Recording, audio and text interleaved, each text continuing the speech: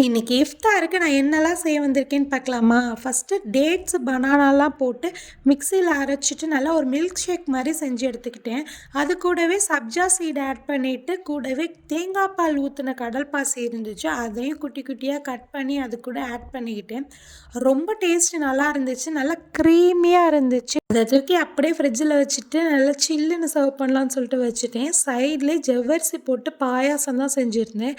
நல்லா தேங்காய் பால்லாம் ஊற்றி முந்திரி திராட்சைலாம் நல்லா வறுத்து போட்டு சூப்பரான ஒரு பாயாசம் செஞ்சு இறக்கிட்டேன். சைட்லேயே உளுந்து ஊற வச்சுருந்தேன். சரி உளுந்தை போட்டு நம்ம வடை செஞ்சிடலான்னு சொல்லிட்டு நல்லா கிறிஸ்பியாக நல்லா சாஃப்டாக வந்துருந்துச்சு வடை. உளுந்து வடை போட்டாச்சு. என்ன தான் உளுந்து வடை போட்டாலும் எனக்கு காரமாக மிளகா பச்சி வேணும்னு கேட்டிருந்தாங்க. சரின்னு சைடில் அதையுமே போட்டு எடுத்துட்டேன். அவ்வளோதான் இன்றைக்கி.